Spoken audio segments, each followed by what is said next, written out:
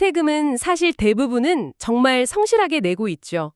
하지만 아주 큰 금액을 아주 오랫동안 내지 않는 사람들이 있다면 어떨까요? 이건 뭐 단순한 연체 수준이 아니라요. 사회와의 약속을 걸고 벌이는 거대한 숨바꼭질 게임에 가깝습니다. 오늘 바로 그 게임의 룰과 플레이어들을 한번 제대로 들여다보려고 합니다. 오늘 저희가 분석할 자료는요. 2025년 12월 12일, 바로 얼마 전에 국세청이 발표한 아주 따끈따끈한 보도자료 묶음입니다. 네, 2025년도 고액 상습 체납자 명단 공개에 대한 내용이죠. 맞습니다. 저희의 미션은 이 자료를 통해 단순히 누가 얼마나 안 냈나 이걸 넘어서요. 이 숨바꼭질 규모가 대체 얼마나 큰지, 또 숨는 사람들은 어떤 기상천외한 기술을 쓰는지, 그리고 쫓는 쪽은 또 어떤 비장의 무기를 꺼내들었는지 그 전술의 핵심을 한번 파악해 보는 겁니다. 자, 그럼 이 거대한 게임의 판을 한번 들여다볼까요? 우선 이 게임의 판돈, 그러니까 전체 체납의 규모부터 좀 보죠. 2025년에 새로 명단에 오른 고액 상습 체납자가 총 11,009명. 이분들이 안 낸 세금이 무려 7조 1,815억 원입니다. 와, 7조 원. 정말 감이 잘 안 오는 숫자죠. 그런데 여기서 더 주목해야 할 건 이게 줄어들고 있는 게 아니라는 겁니다. 자료를 보면 작년 2024년에 비해서 인원은 한 1,300명 넘게, 체납액은 거의 1조 원 가까이 늘었어요. 1조 원이나요? 네, 이건 뭐 게임의 규모가 해마다 더 커지고 있다는 뜻이죠. 와, 1조 원이나 늘었다니. 그 7조 원이라는 돈이 대체 어느 정도냐면요. 이걸로 서울의 공공임대주택을 3만 5천 채는 지을 수 있는 돈이거든요. 우리가 내는 세금이 어딘가로 그냥 줄줄 새고 있다는 게 확 와닿네요. 그럼 이 11,000명이 넘는 설수들은 어떤 구성으로 이루어져 있나요? 이게 또 흥미로운 지점인데요. 선수수, 그러니까 인원수만 보면 개인이 6,848명으로 한 62%를 차지해서 압도적으로 많아 보입니다. 아, 개인이 훨씬 많군요. 네. 그런데 판돈, 즉 체납액으로 보면 개인이 4조 6,061억 원, 법인이 3조 1,154억 원으로 격차가 확 줄어들어요. 그러네요. 거의 반반에 가까워지는데요? 그렇죠. 이걸 보면 그림이 딱 그려지죠. 개인은 비교적 소액으로 여러 명이 안 내는 경향이 있고 법인은 한 번 안 내면 정말 크게 조 단위로 안 내는 그런 구조인 겁니다. 그렇군요. 그럼 어떤 사람들이 이 공개 수배 명단에 오르게 되는 건가요? 기준이 따로 있을 텐데요. 네, 명확한 기준이 있습니다. 체납이 발생한 날로부터 1년이 지난 국세가 2억 원 이상일 경우입니다. 아, 2억 원 이상. 네, 일단 대상이 되면 국세청 누리집에 이름, 상호, 나이, 주소는 물론이고요. 어떤 세금을 얼마나 안 냈는지까지 아주 상세하게 공개됩니다. 와, 법의 심판 이전에 일종의 사회적 심판대에 오르게 되는 셈이죠. 알겠습니다. 그럼 이 체납자들의 분포를 보면 뭔가 다른 패턴도 좀 보이나요? 예를 들어 뭐 특정 지역에 몰려 있다거나 하는. 네, 아주 뚜렷한 패턴이 보입니다. 바로 수도권 쏠림 현상입니다.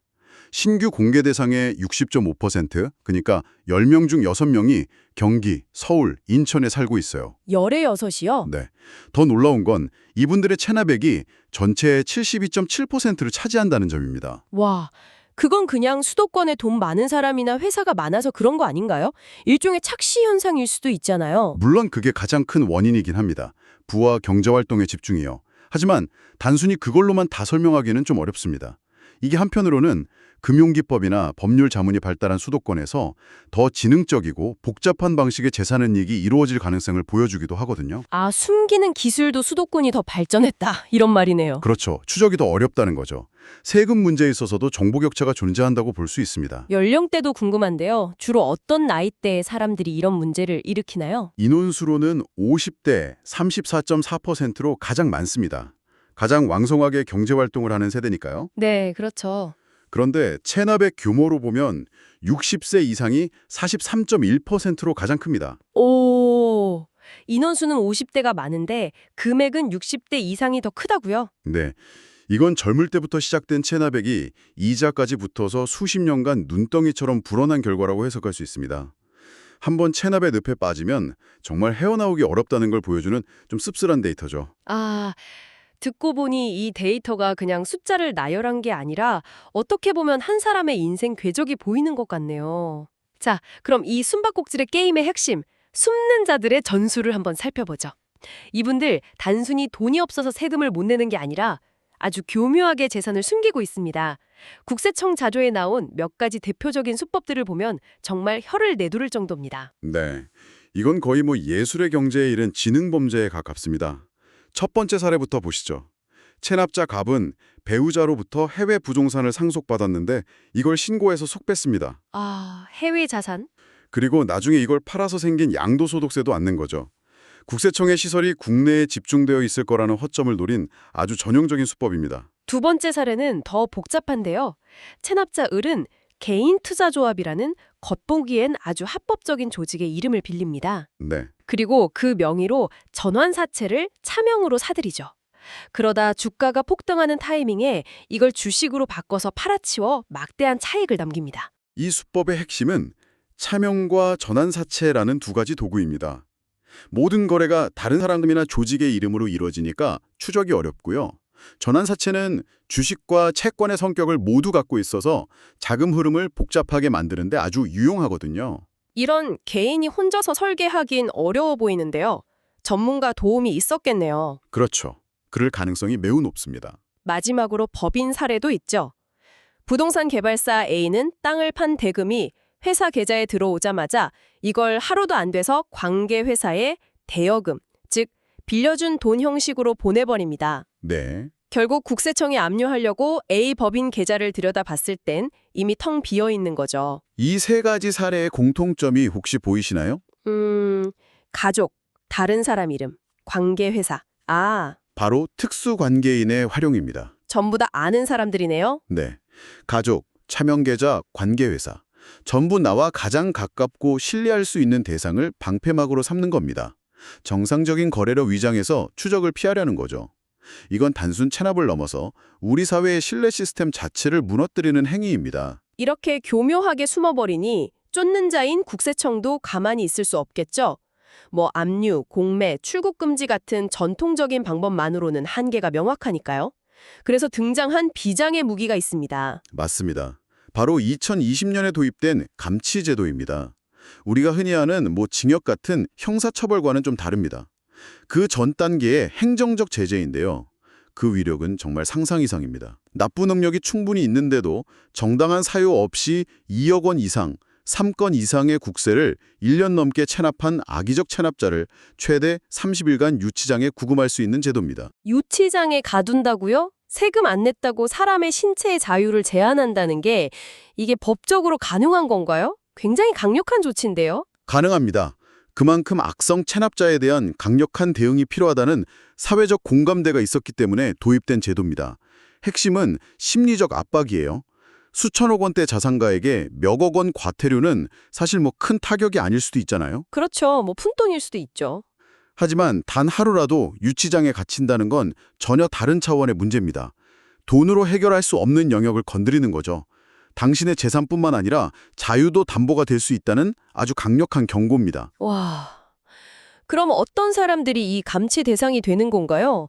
이번에 실제로 감치 의결된 6명의 사례를 보니까 공통점이 보이더라고요.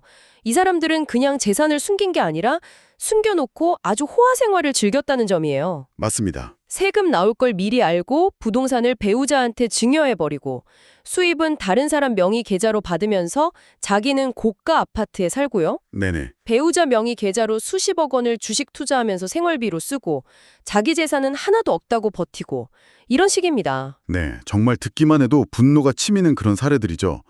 이들의 공통점은 명확합니다. 납부 능력이 없다고 주장하지만 실제 생활은 누구보다 풍족했다는 것. 특수관계 법인 명의로 고가 아파트에 살면서 자녀들은 해외 유학을 보내고 소득 없는 배우자 명의로 집을 사는 등 감치제도는 바로 이런 가진 자들의 도덕적 해이를 정면으로 겨냥한 최후의 수단인 셈입니다. 자, 그런데 국세청 인력만으로는 이 모든 숨겨진 재산을 다 찾아낼 수는 없겠죠. 여기서 이 숨바꼭질 게임의 새로운 플레이어가 등장합니다. 은닉재산 신고 포상금 제도입니다. 2006년부터 있었던 제도인데요. 체납자의 숨겨진 재산을 신고해서 세금 징수에 기여하면 포상금을 지급하는 일종의 현상금 제도죠. 아, 시민수사대에 도움을 요청하는 거군요. 맞습니다. 현상금. 이게 가장 중요하죠. 그래서 얼마를 주나요? 제가 자료에서 30억 원, 이라는 숫자를 본 것 같은데 맞나요? 맞습니다. 최대 30억 원까지 받을 수 있습니다. 징수한 금액에 따라서 5%에서 20%까지 지급률이 달라지는데요.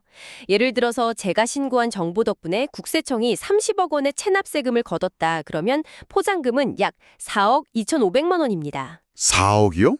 와, 신고 한 번으로 인생 역전이 가능할 수도 있는 금액인데요. 그렇죠. 물론 최대 포상금인 30억 원을 받으려면 약 545억 원 이상의 세금 징수에 기여해야 하니까 쉬운 일은 아닙니다. 4억이라. 이거 정말 혹하는데요. 주변을 좀 더 유심히 둘러봐야겠습니다. 신고는 어떻게 하죠? 혹시 신원이 노출될까 봐 걱정하는 분들도 있을 것 같은데요. 전혀 걱정할 필요 없습니다. 국세청 홈택스 웹사이트 국세상담센터 16번 전화 아니면 가까운 세무서 방문 등 방법은 다양하고요. 신고자의 신원은 철저하게 비밀로 보장됩니다. 아, 다행이네요. 중요한 건 얼마나 구체적인가입니다. 막연히 아무 개가 돈을 숨긴 것 같다 이런 식으로는 안 되고요. 자료에 나온 사례처럼 체납자가 친구에게 빌려준 돈 수억 원이 있다거나 친척 명의대여 궁고에 현금을 보관 중이다. 서류상 주소와 다른 제3자 명의 고급 주택에 실거주 중이다. 같은 구체적인 증거가 있을 때 아주 효과적입니다. 오늘 우리는 7조 원이 넘는 판돈이 걸린 거대한 세금 숨바꼭질 게임의 실태를 들여다봤습니다. 최첨단 금융기법으로 숨는 자들과 유치장 구금이라는 강력한 무기까지 꺼내든 쫓는 자들의 정말 팽팽한 대결이었네요. 결국 세금은 우리 사회를 지탱하는 최소한의 약속이자 시스템의 혈액과도 같은 거잖아요. 명단 공개나 감치 제도는 이 약속을 의도적으로 깨고 시스템을 병들게 하는 사람들에게 보내는 강력한 경고 메시지죠. 네, 그렇죠. 동시에 성실하게 세금을 내는 대다수의 사람들을 위한 조세 정의를 바로 세우는 과정이기도 하고요. 맞습니다. 국세청과 체납자들의 이 숨바꼭질은 앞으로도 계속될 겁니다. 기술은 더 교묘해질 거고 추적 기술도 그에 맞춰서 발전하겠죠. 하지만 이 문제를 단순히 쫓고 쫓기는 기술적인 싸움으로만 볼 수 있을까요? 바로 그 지점이 우리가 한번 생각해 봐야 할 부분입니다. 단기적인 징수 성과도 물론 중요하지만 더 근본적인 고민이 필요하죠. 네, 어쩌면 우리 사회 전체가 이 숨바꼭질 게임의 관전자로만 머물 것이 아니라요. 어떻게 하면 이 게임 자체가 성립하지 않는 환경을 만들 수 있을지, 즉 성실한 납세가 당연하고 존중받는 문화를 어떻게 더 단단하게 만들 수 있을지 그 근본적인 고민을 함께 시작해야 할 시점이 아닌가 싶습니다.